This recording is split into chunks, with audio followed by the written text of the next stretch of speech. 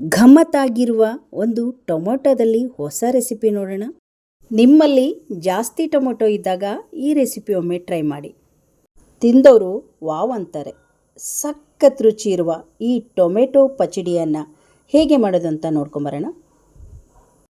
ನಾನಿಲ್ಲಿ 7 ಟೊಮೆಟೊ ತೊಗೊಂಡಿದ್ದೀನಿ. 1 ದಪ್ಪದ ಬೆಳ್ಳುಳ್ಳಿನ ಬಿಡಿಸಿಟ್ಕೊಂಡಿದ್ದೀನಿ. 4 ಹಸಿಮೆಣಸಿನ್ಕಾಯಿ, ಸ್ವಲ್ಪ ಕರಿಬೇವು ಸೊಪ್ಪನ್ನು ತೊಗೊಂಡಿದ್ದೀನಿ.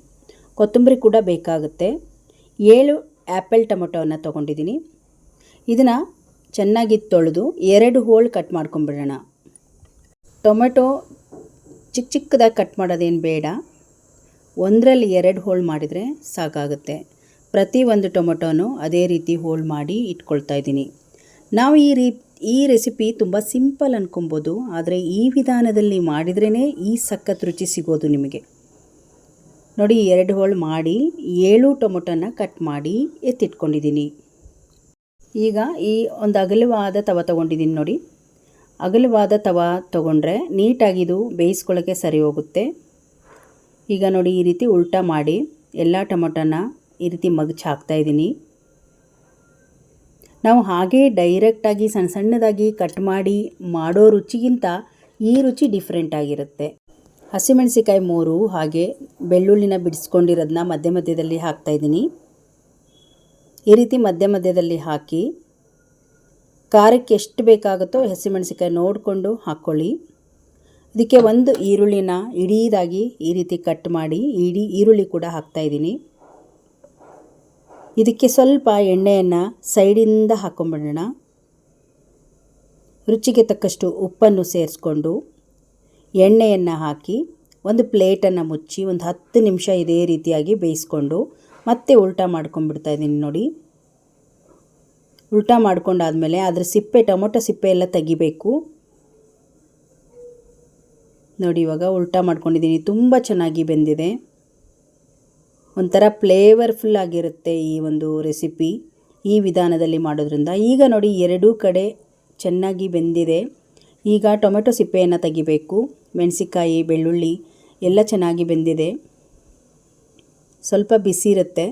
ನೋಡಿ, ಈ ರೀತಿ ಕೈಯಿಂದ ಎಲ್ಲ ಸಿಪ್ಪೆನೂ ತಕ್ಕೊತಾ ಇದ್ದೀನಿ. ಬೇಕಿದ್ರೆ ಸಿಪ್ಪೆ ತೆಗಿಬೋದು, ಇಲ್ಲಾಂದರೆ ಹಾಗೆ ಹಾಕ್ಕೋಬೋದು. ಈಗ ನೋಡಿ, ಟೊಮೆಟೊ ಸಿಪ್ಪೆ ಎಲ್ಲ ತೆಗೆದು ಈಗ ಒಂದು ಬೇಸನ್ನಿಗೆ ಹಾಕ್ಕೊಂಬಿಡೋಣ. ಈಗ ಮಾಡುವ ವಿಧಾನ ತುಂಬ ಸುಲಭ. ಒಂದು ಚಿಕ್ಕದೊಂದು ಪಾತ್ರೆ ತೊಗೊಂಡು ಇದಕ್ಕೆ ಟೊಮೆಟೊವನ್ನು ಹಾಕಿ ಟೊಮೆಟೊ, ಬೆಳ್ಳುಳ್ಳಿ, ಮೆಣಸಿನಕಾಯಿ ಎಲ್ಲವನ್ನು ಇವಾಗ ಸ್ನ್ಯಾಶ್ ಮಾಡ್ಕೊಳ್ಬೇಕು. ಕೈಯಲ್ಲಿ ಮಾಡೋದಾದರೆ ಬಿಸಿ ಆಗುತ್ತೆ. ಆ ಥರ ಸ್ನ್ಯಾಶರಲ್ಲಿ ತೊಗೊಂಡು ಈ ರೀತಿ ಚೆನ್ನಾಗಿ ಒಂದು 2 ರೌಂಡ್ ಮಾಡಿಕೊಂಡ್ರೆ ಸಾಕಾಗುತ್ತೆ. ನೋಡಿ, ಇವಾಗ ಮೆತ್ತಗಾಯಿತು ಎಲ್ಲ. ಇದಕ್ಕೆ ಯಾವುದೇ ಆದ ಒಗ್ಗರಣೆ ಬೇಡ, ಯಾಕಂದರೆ ಟೊಮೆಟೊ ಚೆನ್ನಾಗಿ ಎಣ್ಣೆಯಲ್ಲಿ ಬೆಂದಿರೋದ್ರಿಂದ ಒಂದು ಒಳ್ಳೆ ರುಚಿ ಕೊಡುತ್ತೆ. ನೋಡಿ, ಈಗ ಈ ರೀತಿಯಾಗಿ ಸ್ನ್ಯಾಶ್ ಮಾಡಿಕೊಂಡ್ರೆ ಸಾಕಾಗುತ್ತೆ. ಈಗ ಈರುಳ್ಳಿ, 1 ಸಣ್ಣದಾಗಿ ಕಟ್ ಮಾಡಿರುವ ಈರುಳ್ಳಿ, ಸ್ವಲ್ಪ ನಾಟಿ ಕೊತ್ತಂಬರಿ ಸೊಪ್ಪನ್ನು ಈ ರೀತಿ ಮೇಲೆ ಹಾಕಿ ಚೆನ್ನಾಗಿ ಕಲಿಸ್ಕೊಂಡ್ಬಿಟ್ರೆ ಒಂದು ರುಚಿಕರವಾದ ಡಿಫ್ರೆಂಟ್ ರುಚಿಯಲ್ಲಿ ಈ ಒಂದು ಗೊಜ್ಜು ಪಚಡಿ ರೆಡಿ ಆಯಿತು ಟೊಮೊಟೊದಲ್ಲಿ. ಯಾಕಂದರೆ ಟೊಮೆಟೊ ಚೆನ್ನಾಗಿ ಬೇಯಿಸಿ ಮಾಡಿರೋದ್ರಿಂದ ಸಖತ್ತಾಗಿ ರುಚಿ ಇರುತ್ತೆ. ಈ ರೀತಿ ಒಮ್ಮೆ ನೀವು ಟ್ರೈ ಮಾಡಿ ನೋಡಿ. ಬಿಸಿ ಬಿಸಿ ಅನ್ನದ ಜೊತೆಗೆ, ಚಪಾತಿ ಜೊತೆಗೆ ಎಲ್ಲದಕ್ಕೂ ಒಂದು ಒಳ್ಳೆ ಕಾಂಬಿನೇಷನ್ ಆಗುತ್ತೆ. ನಾನು ಅನ್ನದ ಜೊತೆಗೆ ಈ ಗೊಜ್ಜನ್ನು ಸರ್ವ್ ಮಾಡಿಕೊಂಡಿದ್ದೆ. ಸಖತ್ ರುಚಿ ಇತ್ತು. ಇವತ್ತಿನ ಟೊಮೊಟೊದಲ್ಲಿ ಮಾಡಿರುವ ರೆಸಿಪಿ ನಿಮಗೆ ಇಷ್ಟ ಆಯಿತು ಅಂದ್ಕೊಂಡಿದ್ದೀನಿ. ಇಷ್ಟ ಆದರೆ ಒಂದು ಲೈಕ್ ಮಾಡಿ, ಈ ವಿಡಿಯೋವನ್ನು ಶೇರ್ ಮಾಡಿ. ಇನ್ನಷ್ಟು ವಿಡಿಯೋಗಳಿಗಾಗಿ ನಮ್ಮ ಚಾನಲ್ ಹಾಗೂ ಫೇಸ್ಬುಕ್ ಪೇಜನ್ನು ಫಾಲೋ ಮಾಡಿ. ಮತ್ತೆ ಮುಂದಿನ ಹೊಸ ರೆಸಿಪಿಯೊಂದಿಗೆ ಸಿಗೋಣ. ಅಲ್ಲಿಯವರೆಗೂ ಧನ್ಯವಾದಗಳು.